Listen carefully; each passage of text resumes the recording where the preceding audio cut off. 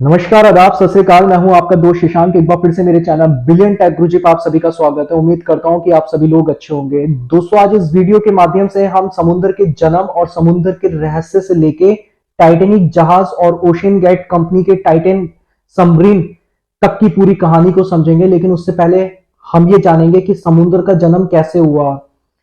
आज से करीब 50 करोड़ और 100 करोड़ पीछे जब हम जाएंगे तो इस धरती पे बिल्कुल पानी नहीं हुआ करता था। यानी इस धरती पर तापमान जो था वो बहुत ज्यादा मात्रा में था। यानी ये धरती जो थी वो पूरी तरीके से आग उगलती थी। इस धरती पे ना तो पानी बरसता था और ना ही कहीं पानी था।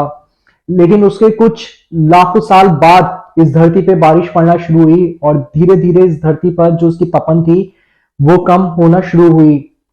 लेकिन जैसे जैसे धीरे धीरे इस पे बारिश पड़ना शुरू हुई तो इस धरती की जो गर्माहट थी वो भाप बनकर बादल बनने लगी और धीरे धीरे धीरे इस धरती पर जो थी वो बारिश बहुत ज्यादा होने लगी। तो जो गहरे गहरे गड्ढे थे वो वहां पानी भरता गया और धीरे धीरे धीरे धीरे वो समुन्द्र बनता चला गया। क्योंकि जब इस धरती पर जब बारिश होती थी तो शुरू में बहुत कम बारिश होती थी और इसकी जो भाप थी वो बादलों में तब्दील होती जा रही थी। और जैसे ही बहुत ज्यादा बादल बने उसके बाद बहुत ज्यादा बारिश होती थी और धीरे धीरे इस धरती पे जो गड्ढे थे वो भरते चले गए पानी से और फिर एक महासागर का जन्म हुआ। वैसे कहते हैं पूरी दुनिया के जो साइंटिस्ट हैं वो समुद्र को सिर्फ 2% ही उसके रहस्य को पता लगा पाए। इसकी जो आखिरी जो गहराई है बताया जाता है कि वो 12 से लेकर 37,000 फीट तक की इसकी गहराई है जो अभी तक इंसानों ने पता लगाई है। अब बात करते हैं टाइटैनिक जहाज की।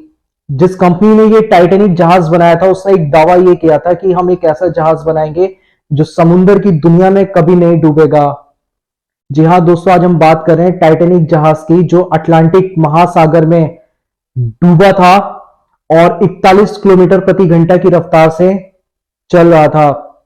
ये साउथ पैटर्न से अमेरिका के न्यूयॉर्क की यात्रा पर जा रहा था और 1912 में यानी 14 और 15 की रात में ये जहाज डूबा था जिसमें मरने वालों की संख्या लगभग 1500 से ज्यादा थी। उसके बाद में बहुत सारी कंपनी आई जिन्होंने इस जहाज को खोजा लेकिन वो कभी किसी के हाथ नहीं लगा। फिर अचानक से किसी एक कंपनी ने 70 साल बाद इस जहाज को खोजा। उसके बाद में तो ये लोगों का एक टूरिस्ट बन गया क्योंकि आज भी ऐसा कहा जाता है कि हमारे दुनिया में आज भी ऐसे लोग हैं जो महंगे शौक करना पसंद करते हैं। फिर एक कंपनी आती है ओशियन गेट नाम से जो डूबे हुए जहाजों को दिखाती है, जो टूरिज्म सबमरीन्स बनाती हैं और लोगों को पानी के नीचे ले जाकर जो जहाज डूब जाते हैं उनको दिखाती है। तो इस ओशियन गेट कंपनी ने एक टाइटन सबमरीन टूरिज्म बनाई और बनाने के बाद में उसका काम यही होता था कि जो डूबे हुए जहाज होते थे उसको दिखाती थी। अभी 18 जून को पूरी दुनिया के 5 अरबपति इसी ही सबमरीन में उन्होंने अपनी जान को गंवाया, जिसमें 2 पाकिस्तानी थे जिनका नाम था शहजादे दाऊद और सुलेमान उनका बेटा था, और हेनरी पॉल, हामिश हॉर्डिंग्स और स्कॉटन रश नाम की ये बड़े बड़े जो स्कॉटन रश तो हम इसके ओशियन गेट कंपनी के सीईओ भी हैं। और दुनिया के ये 5 अरबपति इस ओशियन गेट कंपनी की सबमरीन से इसको देखने के लिए गए थे। लेकिन उनको क्या पता था कि जिंदगी उनको कभी वापस ही नहीं लेकर आएगी। ये शायद उनकी जिंदगी की आखिरी यात्रा थी क्योंकि ओशियन गेट कंपनी जो थी वो अपने सिग्नेचर पहले ही करवा लेती थी ताकि बाद में कोई इस कंपनी पे कोई क्लेम नहीं करे। तो ये जो हादसा था ये बहुत दर्दनाक हादसा था। सोचिए उस वक्त का वो मंजर कैसा होगा जब ये 5 जिंदगियां उस सबमरीन के अंदर होंगी।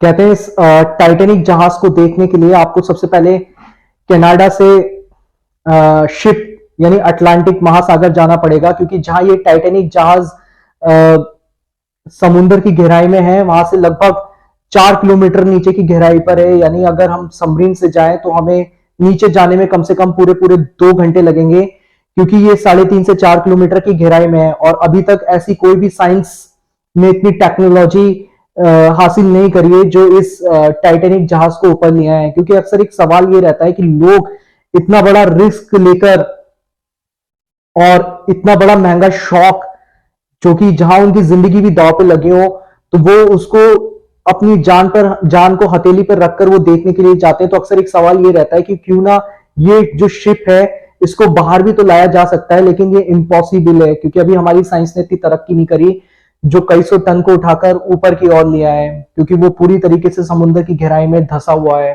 तो जो ओशन गेट कंपनी है इसका काम यही था, ये अटलांटिक महासागर में अपने ही शिप से सबमरीन द्वारा जहाज को नीचे लेकर जाती थी, जिसमें जाने में करीब 2 घंटे लगते थे और 4 घंटे की आपको वहां पे इसको पूरा घुमाकर ये लोग दिखाते थे, चाहे वीडियोग्राफिंग करें आप चाहे फोटोग्राफिंग करें।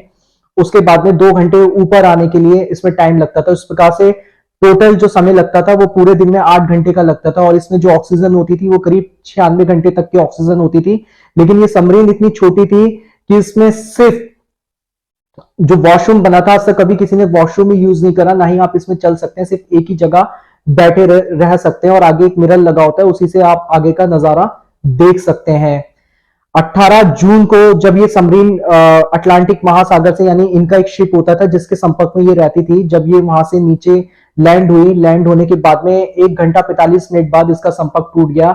उसके बाद में खोजकर्ताओं ने इसको ढूंढने का काफी प्रयास करा लेकिन ये संपर्क में नहीं आई। उसके बाद में कुछ इसके मलबे मिले जिसके बाद में ये पुष्टि कर दी गई कि इसमें जो 5 अरबपति थे उनकी मृत्यु हो चुकी है और उनकी अब डेड बॉडीज भी नहीं मिलेंगी, क्योंकि ओशन गेट कंपनी ने पहले ही इस पे बॉन्ड सिग्नेचर्स करवा लिए थे कि मरने की अगर इस दौरान कोई भी हादसा हो जाता है तो कंपनी पे कोई क्लेम नहीं होगा।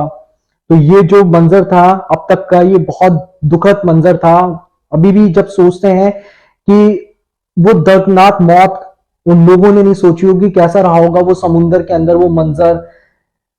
और अक्सर ऐसा भी कहा जाता है ये तो अरबपति थे तो इसलिए हाईलाइट थे पूरी दुनिया में और कितने न्यूज चैनल में ये चलाया भी जा रहा था और कितने लोग समुद्र की दुनिया में खो जाते हैं जिनका नामो निशान तक नहीं मिलता और पता भी नहीं चलता किसी को।